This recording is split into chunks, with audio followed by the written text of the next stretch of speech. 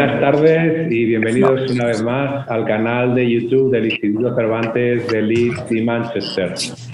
Es hoy un día muy especial y un inmenso honor para el Instituto Cervantes, pues nada más y nada menos contar con la participación de uno de los escritores más destacados de las letras hispanas de las 3 últimas décadas, Eduardo Mendicuti. Bienvenido, muchísimas gracias por haber aceptado con tanta generosidad nuestra invitación, y que va a hablar con el investigador de la Universidad de Leeds, Álvaro González Moreno, sobre su obra y también sobre uno de sus libros en el que está trabajando el Club de Lectura del Centro del Instituto Cervantes en Leeds. Eduardo Mendicuti es un prestigioso novelista y periodista que cuenta con más de 15 libros publicados, siempre con gran éxito de público y de crítica también, traducidos a numerosos idiomas, y que además han sido merecedores de diferentes galardones como el Premio Café de Gijón, el Premio de la Crítica en Andalucía, el Sésamo y el Premio Pluma Literaria por su trayectoria y su compromiso de visibilidad personal y profesional de la diversidad de las personas LGTB. Este premio tan especial le fue concedido en el año 2017. Además, 2 de sus novelas, El Palomo Cojo y Los novios búlgaros, que es la novela sobre la que ha tratado además el Club de Lectura del Instituto Cervantes de Leeds, inspiraron 2 notables largometrajes dirigidos por Jaime de Armiñán y el segundo por Eloy de la Iglesia, respectivamente. Pues bien, en la narrativa de Eduardo Mendicuti, que duda cabe, tiene un lugar central la homosexualidad y la diversidad como elementos articuladores de una realidad en la que está al mismo tiempo muy presente la ironía, el humor, pero también sin olvidar que se trata de una escritura con una mirada introspectiva, con una observación del propio yo, y que a través de esa observación del propio yo y del comportamiento de los demás, pues se llega a lo que es un análisis muy certero de la sociedad española en diferentes etapas, y que, bueno, a través de la obra de Eduardo pues nos permite visitar o revisitar muchos mundos bien diferentes de la sociedad española, una sociedad que en los últimos 30 años, como todos sabemos, ha evolucionado de una manera realmente impresionante. Para no extenderme más, me han gustado mucho las palabras de Fernando Iwasaki, el escritor peruano, hablando de la obra de Fernando Mendicuti. Me voy a permitir citarle. Es una cita del libro El descubrimiento de España, y nos dice Fernando Iwasaki: Fernando Mendicuti es para mí el único gran escritor de la presente narrativa hispánica que persevera en el humor, la galanura y el ingenio, 3 viejas señas de identidad española que producen repelús a los críticos solemnes y campanudos, a pesar de Cervantes, Quevedo, Valle Inclán, Gómez de la Serna y Fernández Flórez. Y yo añadiría, hay muchos otros. Entonces, me han encantado estas palabras porque creo que de manera muy sintética resumen bastante bien lo que es la obra de Fernando Mendicuti. Y bueno, también voy a presentar a nuestro otro contertulio, que es el doctor Álvaro González Montero, que es licenciado en Traducción e Interpretación en inglés, francés y árabe por la Universidad de Málaga. Actualmente está finalizando un proyecto de investigación en la Universidad de Leeds que analiza la construcción de la identidad, en especial la homosexualidad, el colonialismo y la enfermedad en los diarios de Jaime Gil de Viedma. Este trabajo está bajo la supervisión de los académicos catedráticos de la Universidad de Leeds, Richard Cleminson y Duncan Wheeler.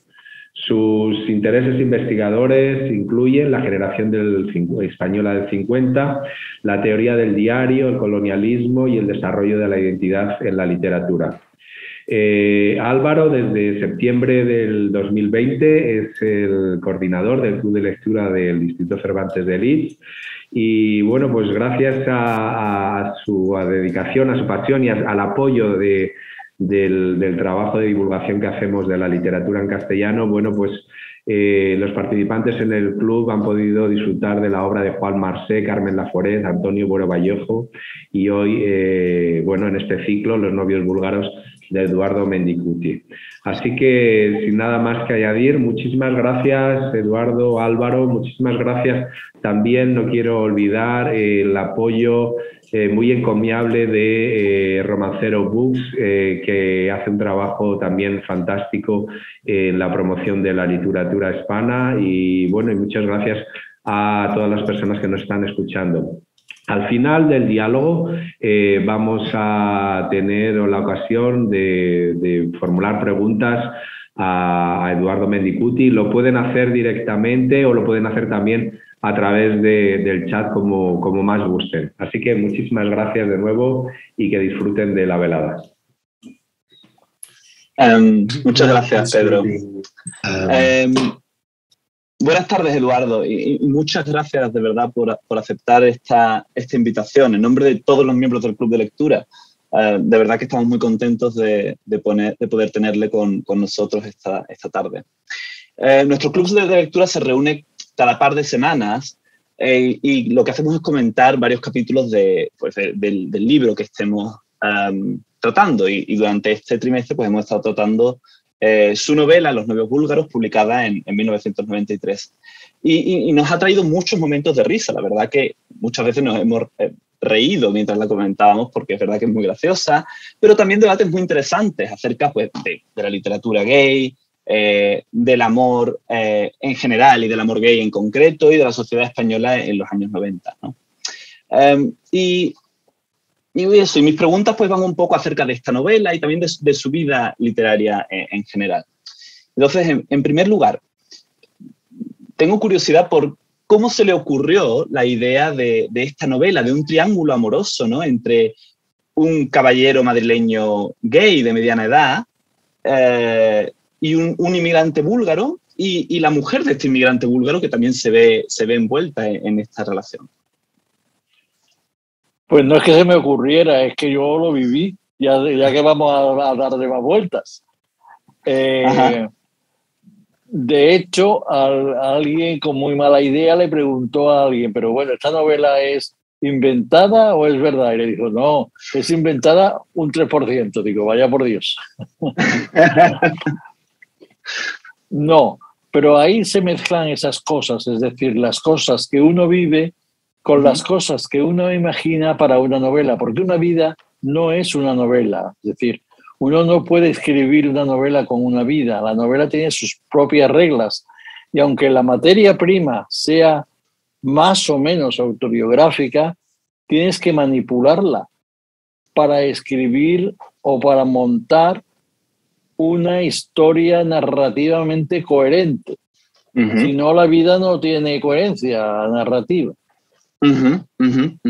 Entonces, es verdad que coincidió con un momento histórico que me ha pasado mucho en las novelas que yo he escrito, que a mí me tenía muy impactado, que era la caída del muro de Berlín y aquella historia que se repetía tanto de que nosotros, desde esta parte del muro, le reprochábamos a las personas de detrás del muro que se comportaran de determinadas maneras, ¿no? Y sin embargo, cuando cayó el muro, y sobre todo los chicos jóvenes del otro lado del muro vinieron a nuestros países, empezamos a construirle muros administrativos, afectivos, laborales, para que fuera imposible que ellos se integraran en la sociedad occidental, ¿no? Ese fue el motor principal de la novela.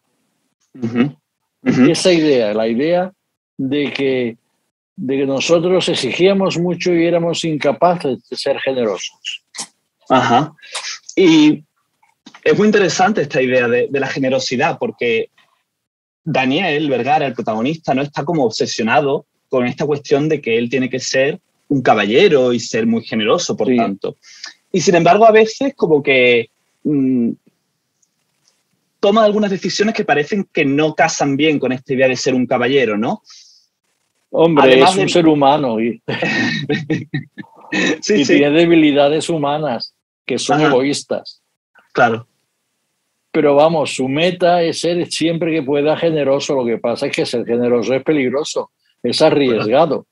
Ajá. Ya ahí está la cita de Hristo Stoichkov, que es un futbolista del Barcelona, que en una entrevista deportiva dijo esa frase que creo que es de San Agustín: la generosidad lleva a la perdición. Y a mí me pareció una cita estupenda, porque se puede ser generoso, pero si eres demasiado generoso acabas perdiendo los papeles. Ajá, ajá, sí. A mí no me importa perder los papeles, ¿eh? Y entonces, vale, la cuestión de la generosidad te puede llevar a hacer perder los papeles si eres demasiado generoso. ¿Y cómo, y por qué decidió usted emplear el estereotipo de la caballería, que es una cuestión como medieval y un poco antigua, para articular esa cuestión de la generosidad en la novela? Sí, porque era una forma narrativa que a mí me interesaba mucho desde el punto de vista de la actitud del caballero, ¿vale? Los caballeros andantes, los caballeros desprendidos, los caballeros arriesgados, y eso es lo que encarna Daniel Vergara.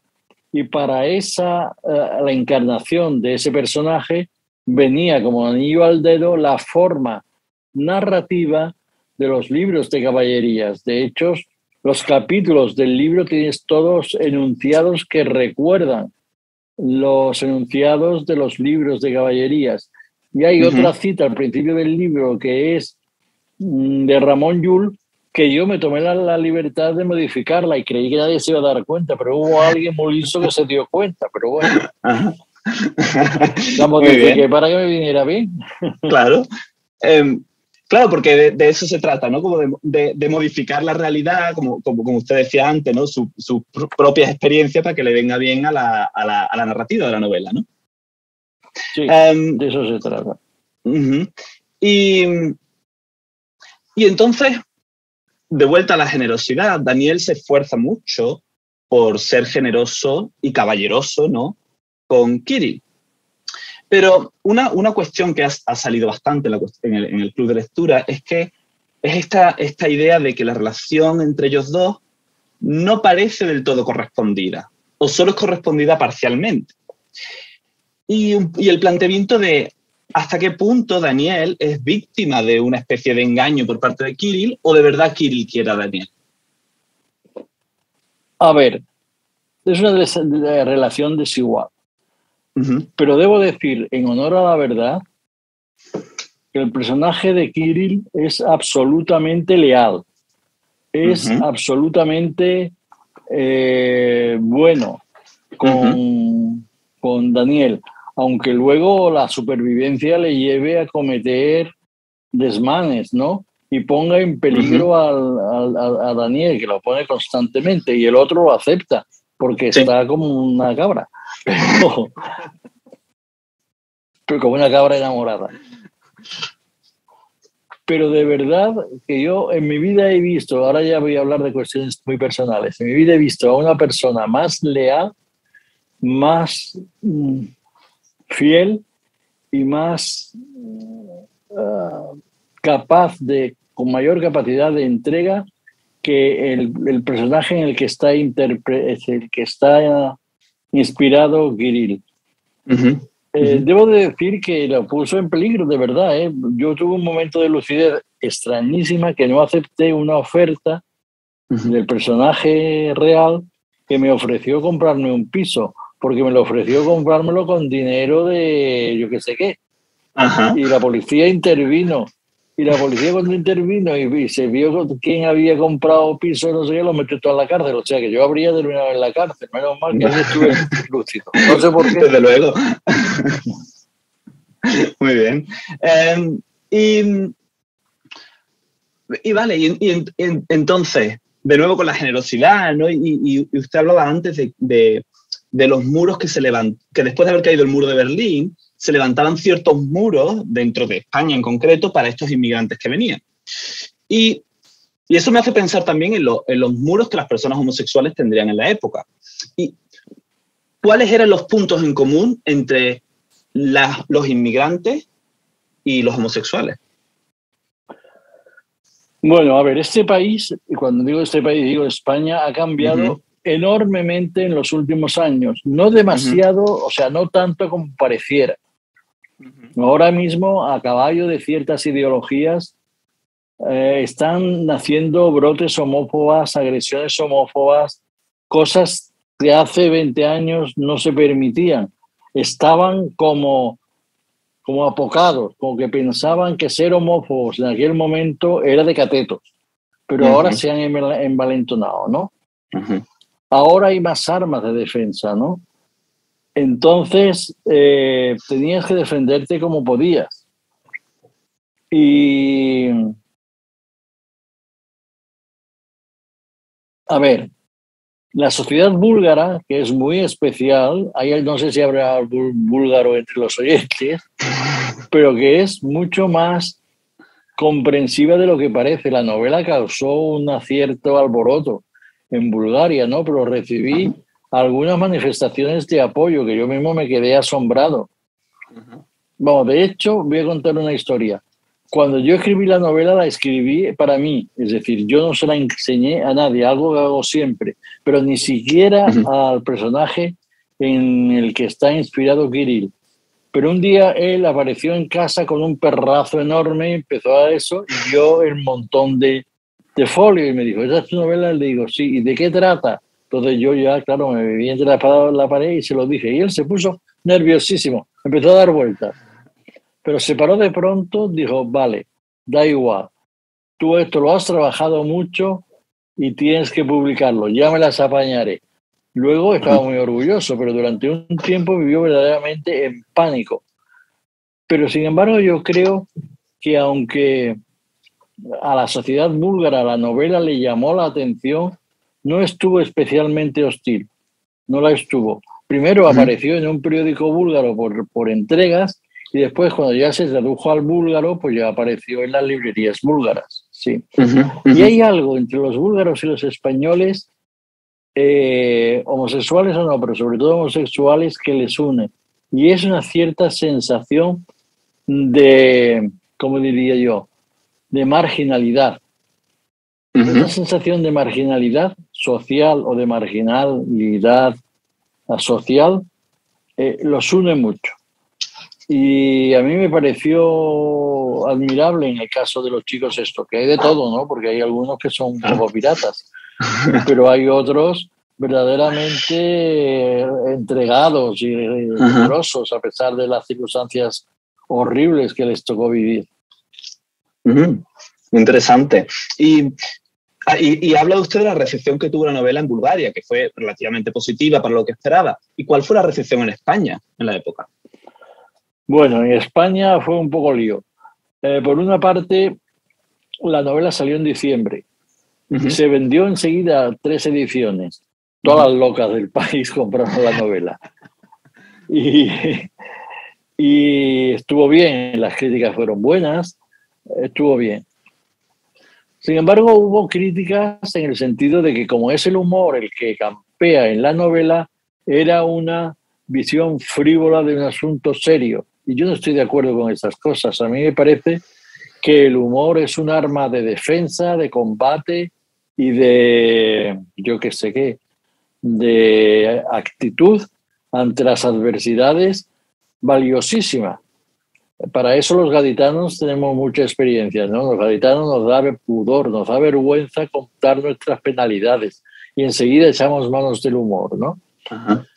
Pues yo creo que ese es uno de los puntos claves de la novela. Ha habido un escritor inglés, americano, que hace poco ha publicado un libro sobre una relación entre se llama Garth Greenwell, sí, que escribió Lo que te pertenece, That Belongs to You, y que ahora ha publicado Pureza, que trata lo mismo, pero lo trata de un punto serio, formal, muy severo.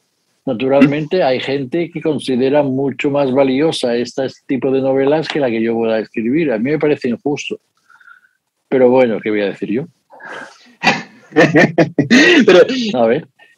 Es verdad, y esta era una pregunta que le iba a hacer, porque yo he leído la novela esta de Garth Greenwell, What Belongs to You, y me llamó mucho la atención, y lo comentamos en un momento dado en el club de lectura, como el tema es muy parecido. Mucho. Y las situaciones que aparecen son también bastante similares a veces. Y sin embargo, la perspectiva es completamente diferente. ¿Qué cree que aporta el humor que no aporta la seriedad? A ver, el humor siempre aportará una combatividad,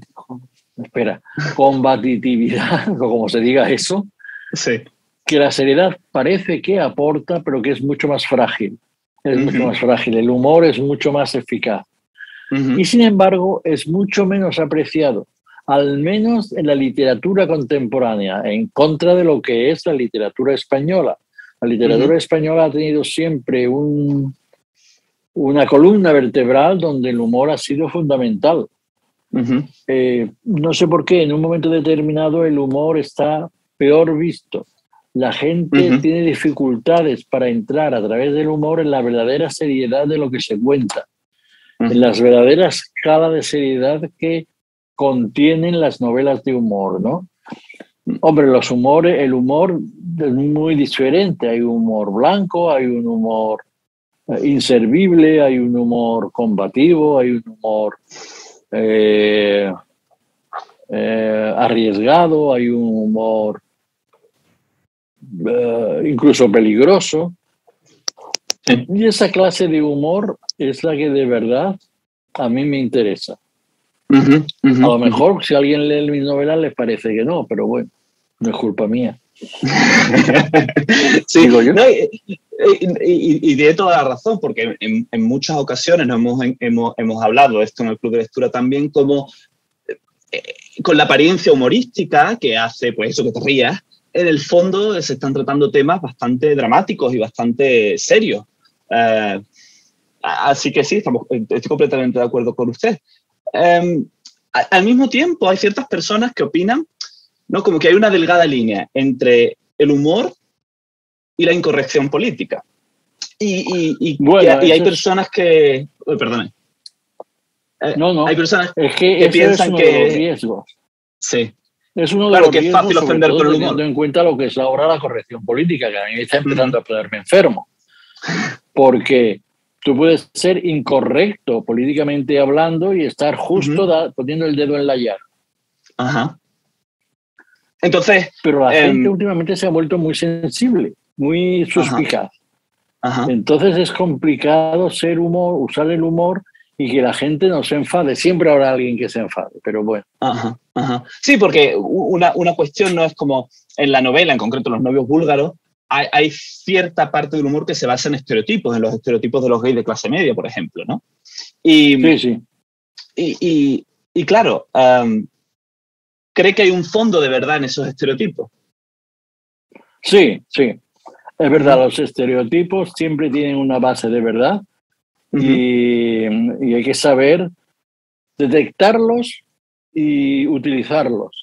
En ese detectarlos y utilizarlos se corren riesgos. Se corre el riesgo de pasarse. Y yo a lo mejor me he pasado alguna vez, pero a mí no me importa. A mí me importa más no llegar que pasarme, ¿no? Incluso aunque el pasarse conlleve que te consideren superficial, epidérmico, poco serio, poco respetable, no me importa. Yo creo que es la manera de que salgan a la luz las verdaderas razones las verdaderas características de los seres humanos. Con el humor consigues sacar a flote esas cosas que muchas veces reprimimos conscientemente y que el humor consigue desenterrar, ¿no? Y eso me interesa mucho. Sí. Y de hecho, y esto enlaza bien con otra cuestión que creo que es bastante prominente en la novela y que supongo que tendría que haber sido relativamente chocante en la época, ¿no? Y es esta cuestión de la flexibilidad de género, que usted aludió antes a ella cuando dijo todas las locas fueron a comprar el libro y que sale mucho en la novela, como Daniel habla de sus amigos en femenino y con nombres femeninos también, ¿no? Y esto es una cosa que hoy día parece relativamente común, con cosas como los realities de drag queen, pero al mismo tiempo hay cierta parte de incorrección en ello. ¿Era algo común esto en la España de la época entre los círculos gays? ¿Por qué tomó esta elección? Forma parte del lenguaje gay, ¿vale? Incluso los gays más serios en la intimidad pueden soltar todos los disparates y todas las plumas que se les ocurra. Y luego pueden ser los más críticos con el uso de ese lenguaje. Pero si tú lo usas, es verdad que no lo usas, que lo contienes, lo reprimes en público, pero en privado y entre los amigos lo sueltas. Yo he tenido amigos muy serios que en un momento determinado han sido capaces de soltar una parrafada de lo más disparatada. Y luego son los más críticos con la utilización de eso, ¿verdad? Ten cuidado, piénsatelo. Es que mire qué es lo que haces tú con el lenguaje. Para mí el lenguaje es fundamental. Y el lenguaje tiene también, como el humor, esa virtud que es desmontar las falsas mitologías. Tú lo vas socavando. Y hay gente que no se da cuenta, pero que la utiliza y se le escapa en cualquier momento, ¿no? A mí me parece eso importante, detectarlo y contarlo, porque es verdad, porque es que todos no somos tan correctísimos como pretendemos que deberíamos ser. Sí, es una manera como de sacar esa faceta de nosotros mismos que no queremos mostrar al público, ¿no? Otra idea también que ha salido bastante en el Club de Lectura, y creo que también relacionada con esta idea, es como, claro, ciertos estándares de la España de los 90 en que se escribió el libro no se pueden aplicar a hoy día, ¿no? Y claro, se ha mencionado en algunas ocasiones que hay cierta homofobia internalizada en Daniel, ¿no? Y que esto se justifica quizás porque pues, la homofobia, por desgracia, estaba generalizada en la sociedad de la época, ¿no? Y mi pregunta quizás es, ¿cómo era la vida para una persona homosexual en el Madrid de principios de los 90? A ver, yo creo que es complicado ser libre. Es complicado ser libre. Pero si eres libre, intentas responder a esos desafíos, ¿vale? Lo que pasa es que no siempre eres bien comprendido. Y yo mismo no lo he sido. Yo he sido poco comprendido con algunas personas que se mostraban de determinada manera. Y conmigo lo han sido algunos escritores que al leer mis libros han decidido que yo estoy allá. Pero no, yo al fin y al cabo he intentado dos cosas fundamentales. Una, incorporar a la literatura una manera de hablar de determinada parte de la sociedad.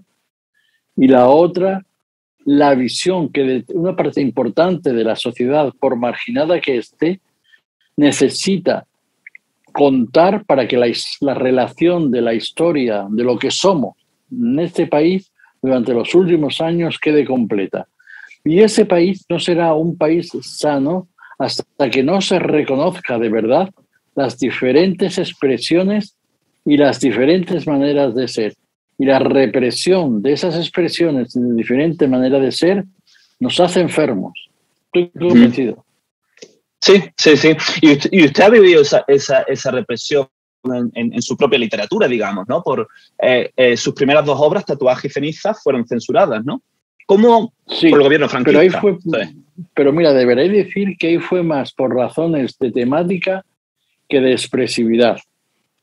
La temática del asunto de los que trataba no era demasiado admisible para la época.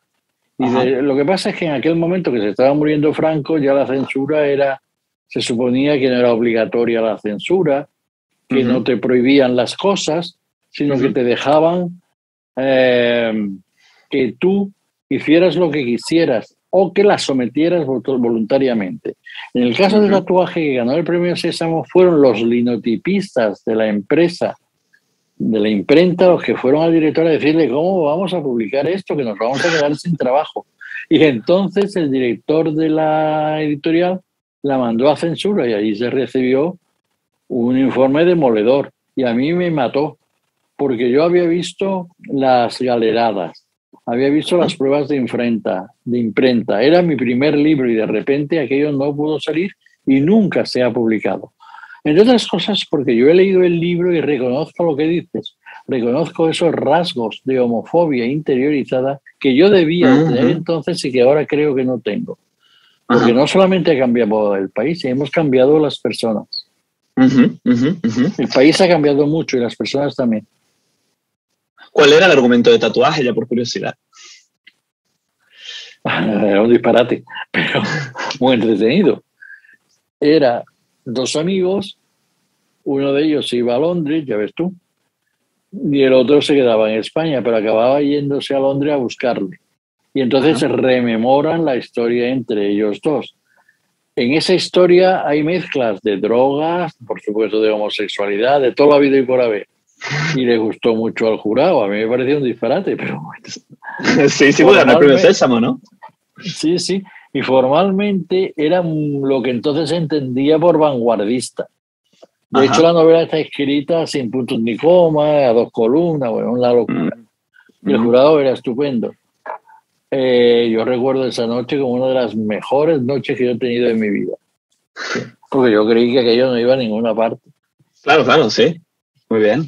Y la verdad, a mí me resulta fascinante cómo en la época, con eso, hacia el final del franquismo, cómo encontró usted fuerza e inspiración para escribir acerca de esos temas que sabía que iban a ser vistos de manera negativa.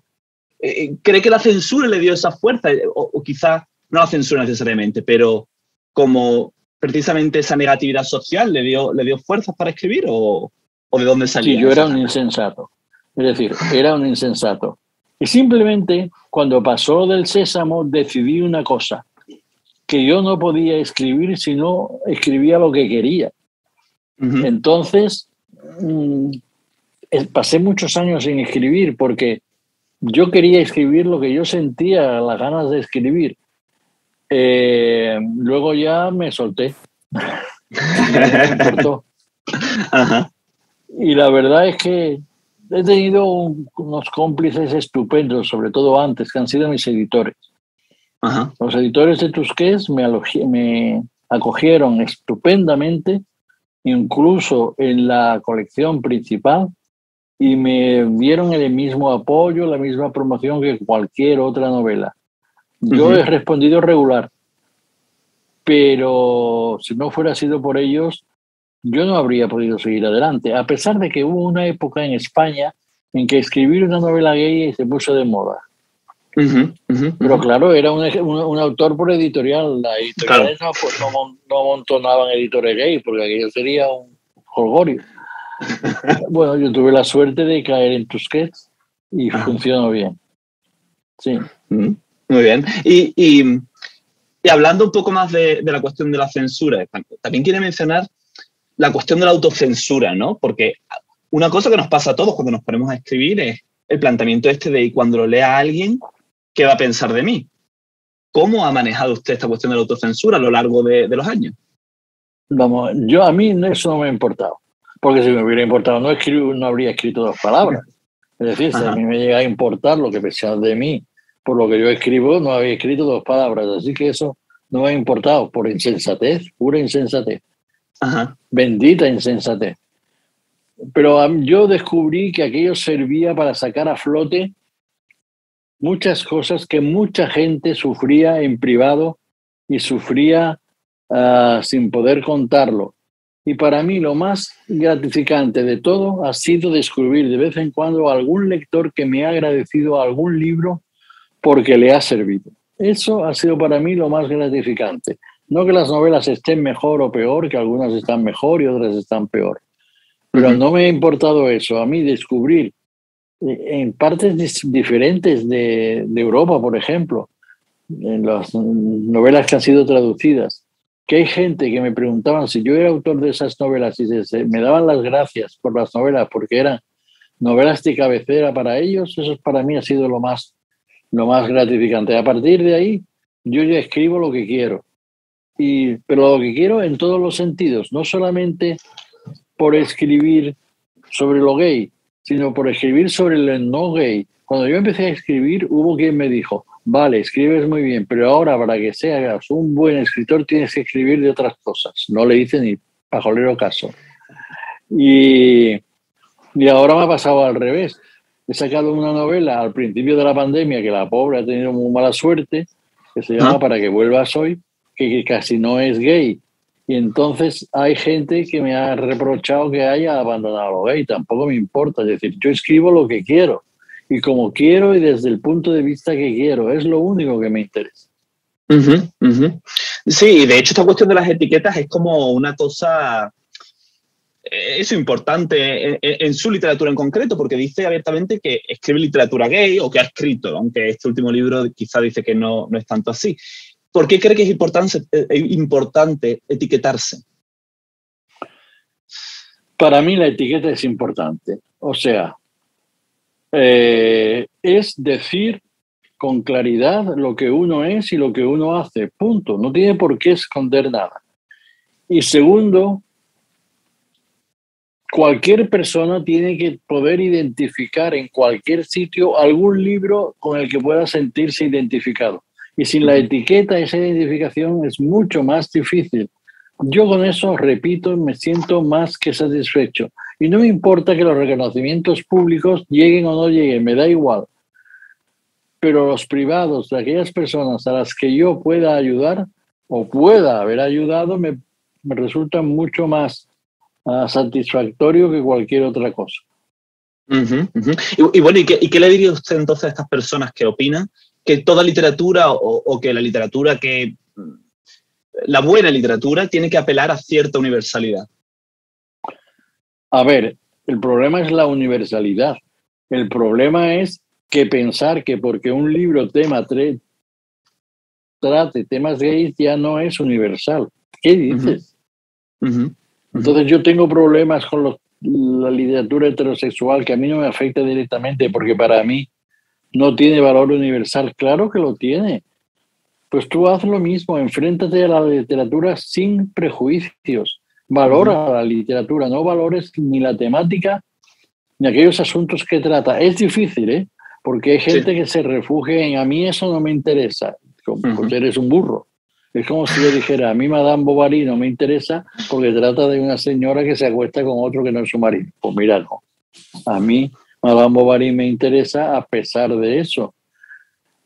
Naturalmente tengo más afinidad con algunas otras novelas, pero es una pura cuestión de afinidad, no es una cuestión de universalidad. Toda novela que tenga una cierta ambición literaria tiene vocación de universalidad y debería encontrar cualquier lector desprejuiciado para encontrar en esa novela algo que le afecte, aunque lo que trate en principio no tenga nada en teoría que ver con su vida. Me gusta mucho esa idea. Y ya moviéndonos a otro tema más general de literatura española, ¿no?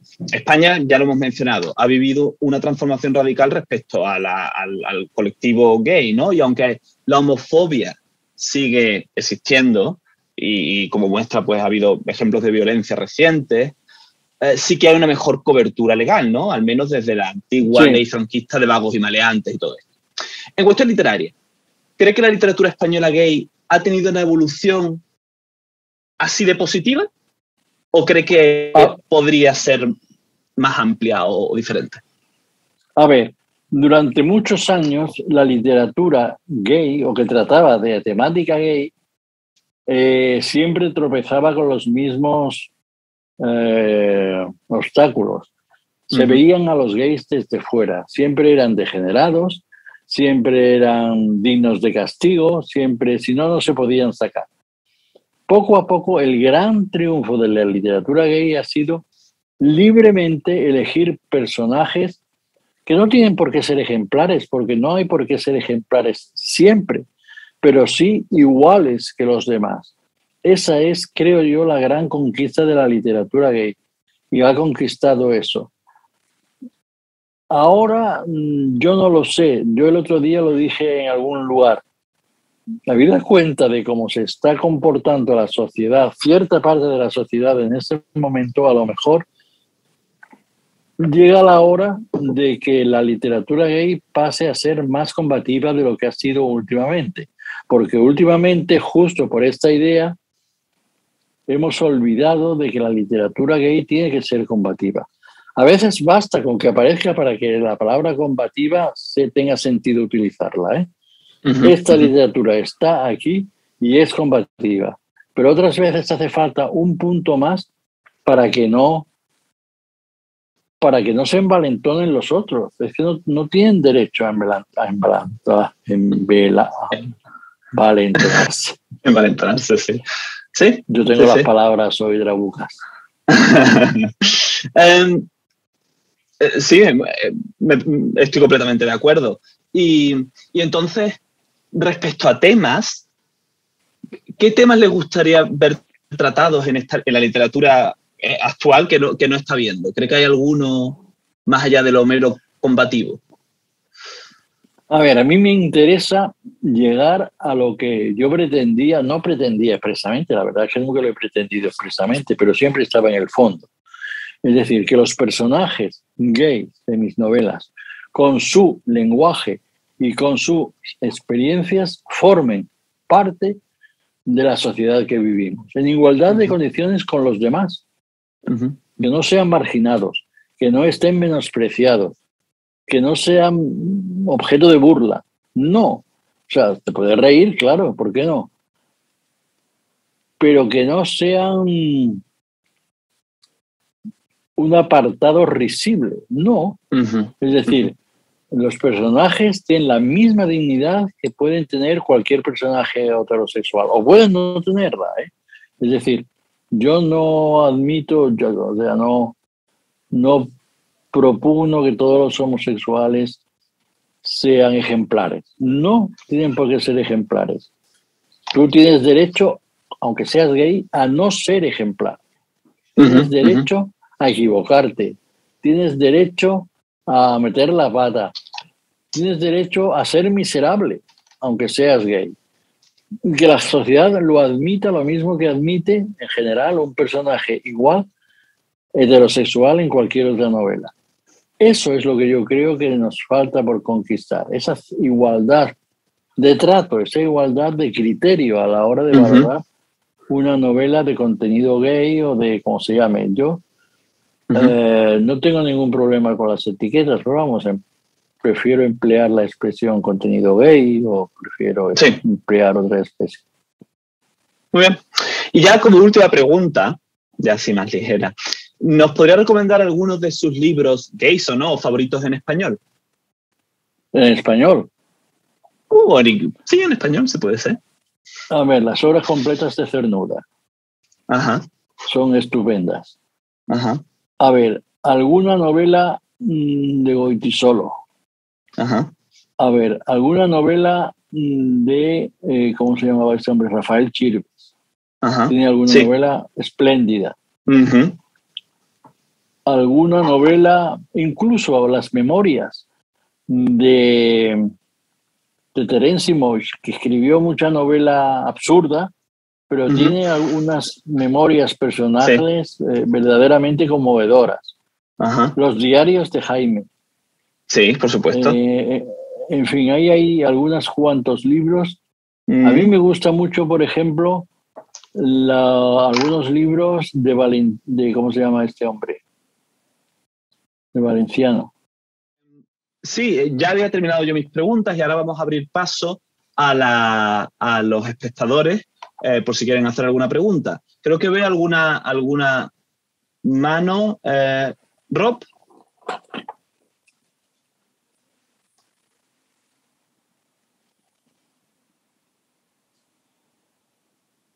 Rob Rix.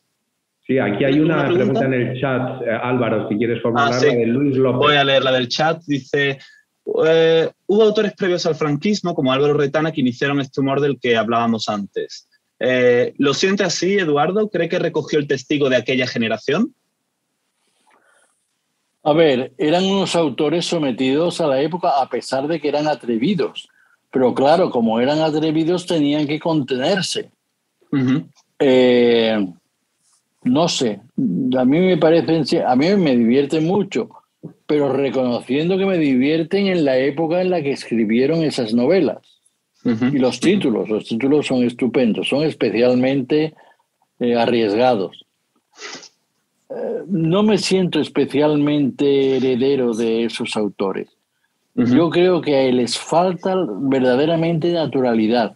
Tienen que exagerar determinadas actitudes para poder publicar lo que publicaron.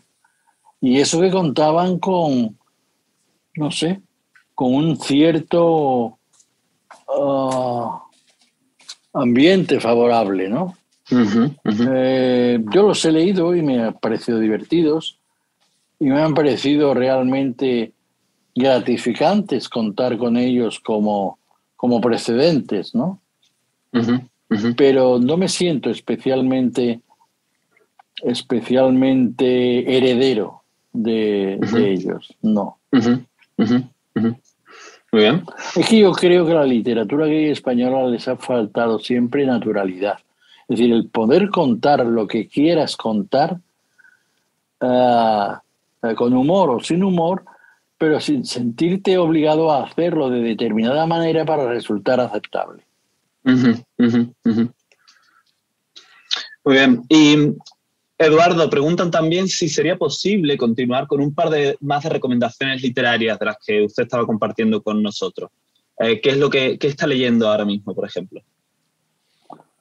Yo ahora mismo, a ver, ¿qué estoy leyendo yo ahora? Estoy leyendo una novela mexicana que me hace mucha gracia. Estoy leyendo una novela de Fernando Vallejo, que para mí es el mejor escritor del mundo. Muy gracioso y muy arriesgado y con muy mal humor. Y lo quiero mucho y me parece un señor estupendo. Y estoy leyendo otra cosa. A ver qué más estoy leyendo. Así, no sé, fundamentalmente eso, que la llevó a medias, las dos cosas. Sí. Muy bien. La novela de Fernando Vallejo que estoy leyendo se llama Llegaron. Está publicada por Alfaguara y es una visión absolutamente increíble de la infancia. Para la infancia nos ponemos siempre fantásticos, nos ponemos siempre idílicos y edénicos. Pero él tiene un desgarro y una mala idea fabulosa. Además, hoy he descubierto a través de la llamada de un director de cine mexicano que Fernando Vallejo le recomendó Los novios búlgaros a ese director de cine. A mí me parece eso muy gratificante. Un buen cumplido, sí. Muy bien. Sí. Tenemos también a Santiago Fuz, que tiene la mano levantada. Sí, hola. ¿Pongo la cámara? Bueno, pongo la cámara. Sí. Hola, bueno, antes de nada, decirle a Eduardo que es un honor para mí escucharle y verle. Realmente emocionante. Y me ha puesto en bandeja la pregunta que es sobre las adaptaciones cinematográficas. He visto que acaba de mencionar a los novios búlgaros. Yo no sé si le parecerá apropiado comentar que si ha quedado satisfecho tanto con esa adaptación como con la del Palomo Cojo, y tengo también una curiosidad personal sobre California, porque me parece una novela muy, muy cinematográfica. Me sorprende que no se haya adaptado todavía. No sé si hay planes para ello. No sé si nos podía comentar algo de esto. Y gracias. A ver, mira, yo con mis novelas he tenido siempre un pequeño problema. Todo el mundo considera que son muy cinematográficas. Luego, a la hora de la verdad, resulta que no lo son tanto. Efectivamente, son novelas. Y están escritas como novelas, no como guiones de cine. Entonces, la adaptación de Los novios búlgaros, que está aquí, la primera versión en VHS, que aquello ya ni sirve para nada, y luego aquí en la versión en DVD, pues fue una aventura. Para mí fue un privilegio, aunque Eloy de la Iglesia se enfadó conmigo, me dijo, deja de decir ya que para ti es un privilegio que hayas vuelto con una novela tuya, pero lo fue. Eloy de la Iglesia es un director tan especial y que debe de ser reivindicado urgentemente, ¿no? Ahora van a publicar un libro sobre Eloy que me parece fundamental. Y Eloy pensaba volver al cine con una novela, no, con una obra de teatro de uno que se llamaba Rafael Mendizábal. Pero los productores, Pedro Olea y otros productores, le convencieron de que no, de que adaptara a Los novios búlgaros. Y me ofreció la oportunidad de colaborar en el guión, pero yo me negué. Siempre lo hago. Tanto en el Palomo Cojo como en el caso de Los novios búlgaros, me negué a... Creo que si tú dejas un material literario en manos de otro lenguaje, tienes que respetar el trabajo de aquellas personas que dominan ese lenguaje. Luego, a sabiendas de que Eloy ese era Eloy, porque Eloy tenía un carácter muy especial. Incluso desde el punto de vista artístico, para Eloy, si él pensaba que en una novela no pasaba nada, no le interesaba la novela, ¿no?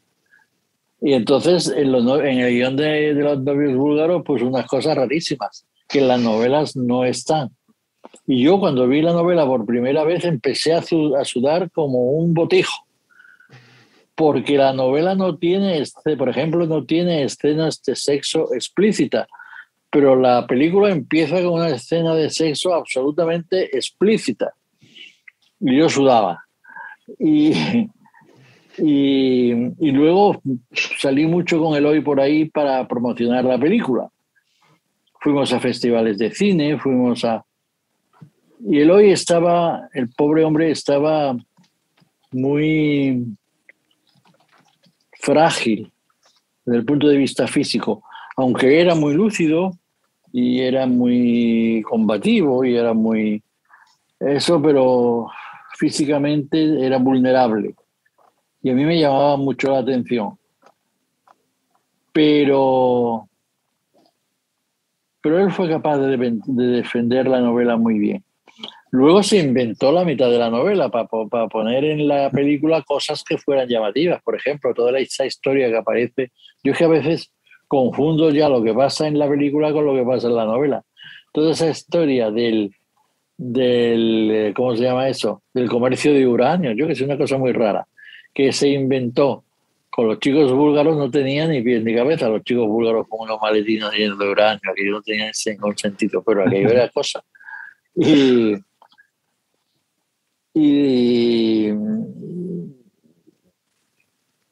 no sé, luego era un director estupendo. Hay escenas en la película que a mí no se me olvidarán. Y no porque la película esté sobre una novela mía. Hay una escena sobre los chicos búlgaros en unos billares de la Puerta del Sol cantando a capela una canción búlgara que a mí me parece de lo más hermoso que se ha rodado nunca. Otra secuencia en la que, en la casa de uno de los señores estos de la Puerta del Sol, en la que van los chicos búlgaros y uno de ellos con una diadema de esta de los chinos, cantando puño en alto a la Internacional que te pone los pelos de punta. Y hay la oda de Kirill con Kalina, que él no la puso en Madrid porque fue en un sitio horroroso, en el registro civil, y la llevó a una plaza muy bonita de Sofía, que está perfectamente rodada. Me gustó mucho. Otras cosas era un poco como era Eloy, hacía brochazos, ¿no? Y de hecho, al final, cuando Eloy terminamos ya la promoción de Los novios búlgaros, me propuso, como él proponía las cosas, casi me exigió, que hiciéramos juntos un guión. Pero él es que era muy cómodo, te decía las cosas y que tú las escribieras, y yo así no sé escribir. Entonces, de aquí a aquello me pareció que salió regular. Pero vamos, intenté hacerlo. Y al final no llegó a ningún sitio. Pero era un hombre brillante. Y una pena. Él se murió al final por un error médico del que nadie se ocupó, del que nadie reclamó nada. Y bueno. No sé. Una pena. Tenemos un par de preguntas más, creo. Rob Riggs. Sí, gracias. Primero quiero decir que coincido con la opinión de mi gran amigo Fernando Iwasaki sobre la obra de Mendicutti y considero Una mala noche la tiene cualquiera como una obra maestra de la transición española. Mi pregunta es si don Eduardo se siente también heredero de cierta picaresca española, como por ejemplo la pícara Justina de López de Úbeda, que personajes que nos invitan a reírnos con ellos, sino de ellos, y que nos hacen cosquillas con el lenguaje, ya que no con la lengua, contándonos sus aventuras, sus alegrías, sus engaños y sus desengaños. ¿Qué piensa? Sí, mira, para mí esa es una de las corrientes literarias que más me interesa. Sí. Y una de las corrientes literarias que yo considero más típicas de la literatura, de la buena literatura española. Sí. A pesar de que los críticos actuales se olviden de eso, prefieran lo severo. Y a mí eso me parece un error. Los severos no llegan ni a la mitad de donde puede llegar la picaresca, ni a donde puede llegar el humor, ni a donde puede llegar el lenguaje malicioso, ¿no? Sí. Una mala noche la tiene cualquiera es mi primera novela publicada y este año se ha reeditado y yo no la había releído. La he tenido que releer y la verdad es que me parece que yo ya estoy muy mayor para poder volver a escribir una novela así. Yo ya estoy muy mayor. Yo ya no puedo llegar a ese grado de inocencia literaria para escribir como está escrita esa novela, ¿no? Esa novela necesita una actitud libre, una actitud desprejuiciada, una actitud prejuiciada pero maliciosa. Y yo creo que es una novela que ha tenido todos los comentarios que tú dices, es decir, como ejemplo, que ni siquiera la tuve yo en cuenta, de la transición española de la dictadura a la democracia, a mí me parece que se ha insistido tanto en esto que yo ya he empezado a convencerme, aunque yo no la escribí con esa intención, yo la escribí con la intención de que un travesti contara su vida y contara la historia, un momento importante de la historia de este país desde su punto de vista, un punto de vista que hasta entonces había estado negado en la narración de la historia del país, ¿no? Gracias. Pero bueno, luego las interpretaciones son libres y yo he recibido montones de ensayos que yo he dicho, no puede ser, yo no he tenido eso en mi cabeza, pero bueno, bien sea. Muy bien. Gracias. Y tenemos otra pregunta de Gidi Katz. Dice que está escribiendo su tesis sobre el libro de Eduardo Mendicuti, El ángel descuidado. Y quería preguntar si sus libros de manera general hubieran sido escritos en los años 60 cuando la trama del ángel descuidado tiene lugar. Si hubieran sido escritos en los 60, ¿cómo habrían sido diferentes en cuanto al lenguaje y a la posibilidad de hablar abiertamente de la homosexualidad? Mira, yo los habría escrito igual. Yo, por mí mismo, los habría escrito igual, porque yo era un insensato. Otra cosa es que el libro hubiera tenido alguna salida, porque yo gané uno de los primeros premios literarios, bueno, con un cuento que era muy raro y que era un cuento para menores de 25 años, ya ves tú, hace 1000 años, y que trataba de una pareja que tenía un hijo, la pareja no se sabía muy bien qué era, si eran chicos-chicas, chicos-chicos o chicas-chicas, pero que tenían un hijo en un lugar apartado gracias a la intervención de una cosa que se llamaba el viento verde, así se llamaba el cuento, ¿no? Ese cuento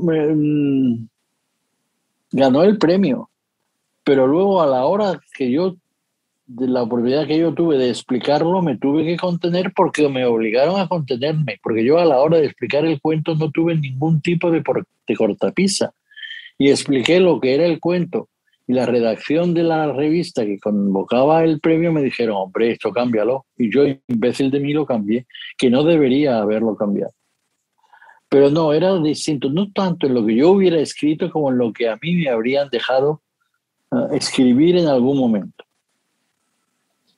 Muy bien, gracias, Eduardo. Creo que no hay ninguna otra pregunta. Sí, yo tengo una pregunta para Pedro. Eduardo. Bueno, en fin, realmente estamos disfrutando muchísimo y podríamos estar aquí horas porque está siendo realmente fantástico. Yo te quería plantear, Eduardo, a todos la literatura nos marca, ¿no? Eso es evidente y se convierte en algunas personas en una pasión y en otros no tanto. ¿Tú podrías definir aquellos libros de la infancia o de no la infancia que te marcaron o que te abrieron las puertas de par en par a lo que es la literatura, que es algo que luego te acompaña durante toda la vida? Mira, yo siempre cuento alguna serie de anécdotas que son un poco locas, porque me las he inventado y he acabado creyéndomelas. Una es que cuando nació una hermana mía, yo escribía, a ver, una de las vecinas mías eran prima de Rafael Alberti y tenía una virtud maravillosa, María Merello, y tenía una virtud maravillosa que era contar historias de tradición oral o vidas de santos. Yo me sé toda la vida de santos de este mundo. Y un día escribí un cuento, naturalmente copiado de los que ella me contaba. Vale, ese cuento pasó de mano en mano entre la familia, entre las amistades, muchos elogios. Este niño va a ser un pemán, ya ves tú. Menos mal que no ha sido un pemán, digo yo. Y ella, en cambio, no me delató. Ella nunca dijo, bueno, ella dijo, solo a mí me dijo, bueno, todos los escritores llegan a un momento en que se inspiran en alguien. Y eso es verdad. Es decir, al final uno aprende a escribir leyendo. Y yo aprendí a escribir leyendo vidas de santos, películas del oeste, películas de aventuras, cosas de estas que me leí montones. Novelitas de esas de kiosco, que leí montones. Y gracias a eso fui aprendiendo a leer y fui aprendiendo a escribir, a manejar los personajes, a manejar las tramas, a manejar el lenguaje, a lo que yo había leyendo. Todas las novelas de Marcial Lafuente Estefanía, que parece que es el último grado de la literatura, a mí me sirvieron durante mi infancia para construir mi mentalidad literaria. Y a mí me sirvió, y luego hay, en un momento determinado nació una hermana mía, y nosotros somos 8 hermanos, pues nació una hermana mía de las medianas que se llama Lucía, y yo escribí en un cuaderno una cosa que decía, Lucía es pequeña,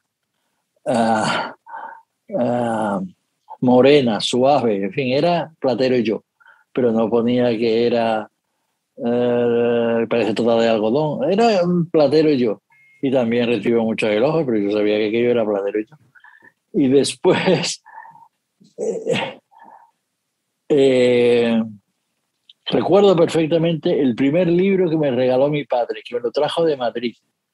Y yo siempre de broma he dicho que era Mujercitas, pero no es verdad. ¿Qué más hubiera querido yo que hubiera sido Mujercita? Era otro libro de Luis May Alcott que se llama Hombrecitos, y que también a mí me enseñó cómo se escribe una novela. Luis May Alcott para mí es un genio, por Mujercitas y por Hombrecitos.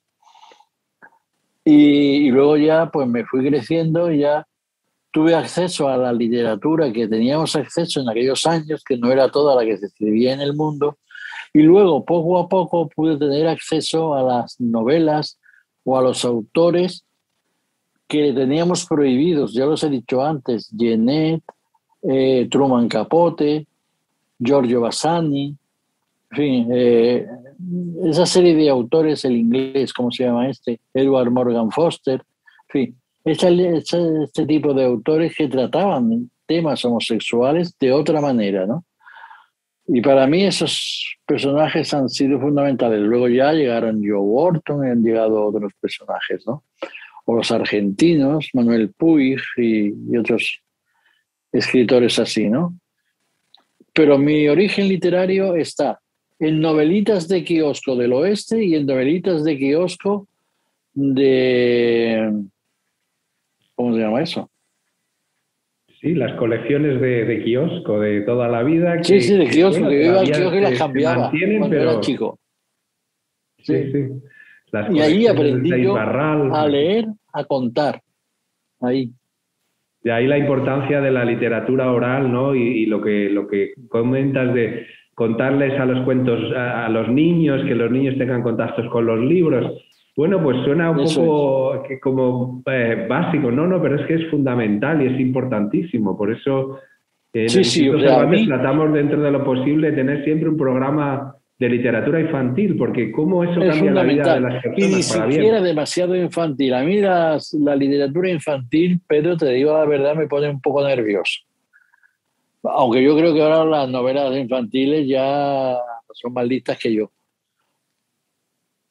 Pero las de antes, que eran un poquito ñoñas, me ponían un poco nervioso. Me gustaban las historias que me contaba mi tía María Merello, que no era mi tía, pero yo le llamaba tía María Merello, o las historias que contaban las historias de santos, que me las sé todas, o me las sabía todas. Y me ponía muy contento. Muchísimas gracias. A ti. Bueno, no sé si hay alguna pregunta más o algún comentario. No veo nada más en el chat. Muchísimas gracias, Álvaro, por la fantástica moderación y presentación de Eduardo. Eduardo, ha sido realmente un privilegio y un lujo tenerte aquí, aunque haya sido que no. En línea. Espero yo que en el futuro pido pueda perdón si no he estado demasiado brillante, pero es que no estoy en mi mejor momento.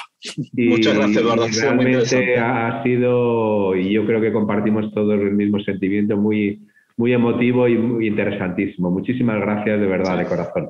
Hasta pronto. Gracias a todos. Y muchas gracias a todos ustedes por acompañarnos a esta noche.